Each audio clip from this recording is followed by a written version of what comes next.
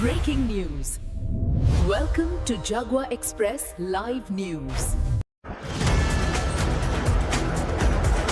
Sir, आज आप लोगों ने दौरे पे रहे, क्या यहाँ पर मीटिंग में चर्चा हुई, क्या प्राथमिकताएं हैं? अभी फिलहाल तो आप जानते ही हैं कि कावड़ चालू इस समय चल रहे हैं, लगातार श्रावण मंथ की शुरुआत हो चुकी है।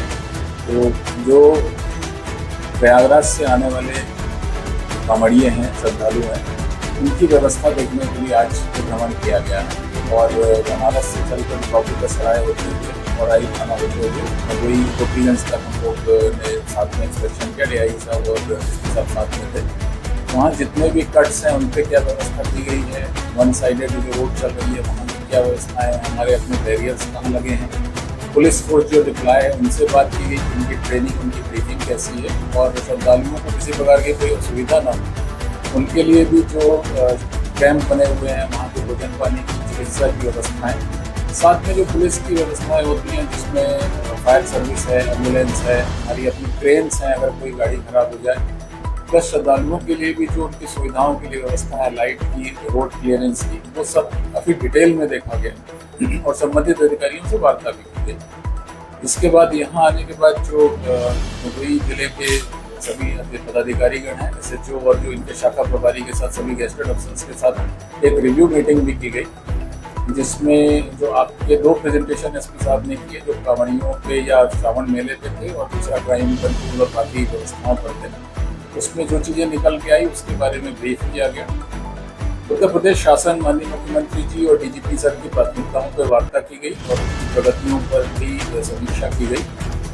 जो प्रमुख बातें इन लोगों को देखनी है उसमें महिला एवं बाल अपराध को रोकने के लिए हमारी स्ट्रेटेजी क्या होगी, साइबर अपराध रोकने के लिए हम किस तरह से काम कर सकते हैं। इस प्रमुख मंथ में हमारे लॉ एंड ऑर्डर और शांति व्यवस्था बनाए रखने के लिए क्या प्राथमिकताएं हैं, अपराध नियंत्रण निवारण में हमारा पूर्ण कार्य है इस पर करेंगे और यातायात प्रबंधन पर काफ़ी जोर दिया गया है। लेकिन इन सबसे बढ़कर जो प्राथमिकता आज तय की गई है यहाँ सबके लिए वो ये है कि हमारी कार्यप्रणाली ऐसी हो जिससे जनता का विश्वास हम पर बढ़े और कायम रहे, प्लस जनता राहत महसूस करे, बेहतरी महसूस करे कि पुलिसिंग से उनको कोई ना कोई ऐसा लाभ हो रहा है कि उनके छोटे मोटे विवाद तनाव निपट रहे हैं, लॉन्ग पेंडिंग उनकी ग्रीवांसेस हैं वो रिड्रेस हो रही हैं, उनका स्ट्रेस खत्म हो रहा है। अगर हम उस पर काम कर सकें तो ये एक्चुअली मानवीय संवेदना के साथ अच्छी पुलिसिंग होगी। और जो बाकी ऐप्स टेक्निकल सर्विसेज हेडक्वार्टर ने डेवलप किए थे, जैसे क्राइम एनालिटिक्स पोर्टल है, फुट पेट्रोलिंग ऐप्स है और crime conviction and prosecution portal है, साथ में जो हमारा ई-साक्ष्य का रिव्यू पोर्टल है, इन सब पोर्टल्स पे लाइव डेमोन्स्ट्रेशन किए गए। तो मुझे उम्मीद है कि एक बहुत अच्छी टीम यहाँ है और आगे छोड़ा गया उससे और आगे मिलकर एक अच्छी टीम वर्क के साथ इसमें और पॉजिटिव रिजल्ट्स आए।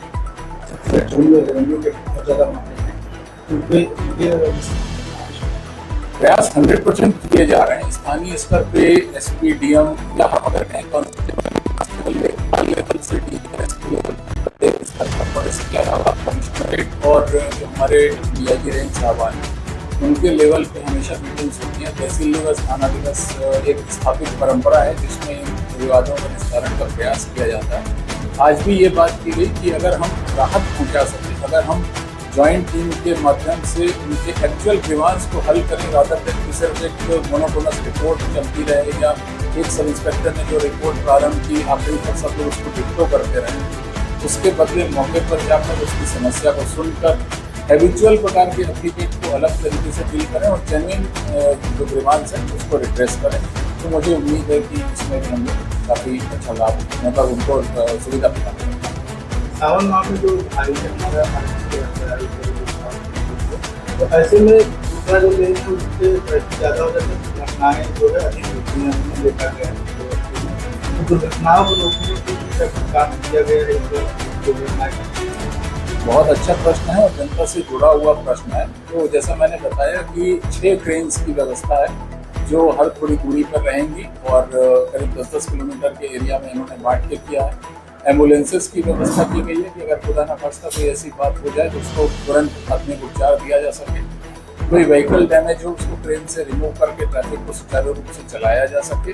इसके अलावा डिफरेंट कट्स को बंद किया गया है, बैरियर्स और बैरिकेडिंग लगाए गए हैं ताकि कांवड़ियों की तरफ कोई वाहन अनावश्यक ना आ पाए और उनके साथ कोई एक्सीडेंट की घटना ना हो। यहाँ तक कि जो कांवड़ियाँ अलग अलग व्हीकल से चल रहे हैं उनके बीच में भी एक सेफ डिस्टेंस बनाना, उनके डीजेस के बारे में, उनके जो साउंड सिस्टम के बारे में वहाँ बात करना, और जो उनके रास्ते में आने वाले अवरोध थे वो भी हटाए गए हैं। प्रशासन और पुलिस का पूरा प्रयास है कि श्रद्धालु अपनी श्रद्धा के साथ सही तरीके से वो जल का अभिषेक कर सकें, और हमारी भी ये मनोकामना है कि हम उनको इस चीज़ में सुविधा करा सकें।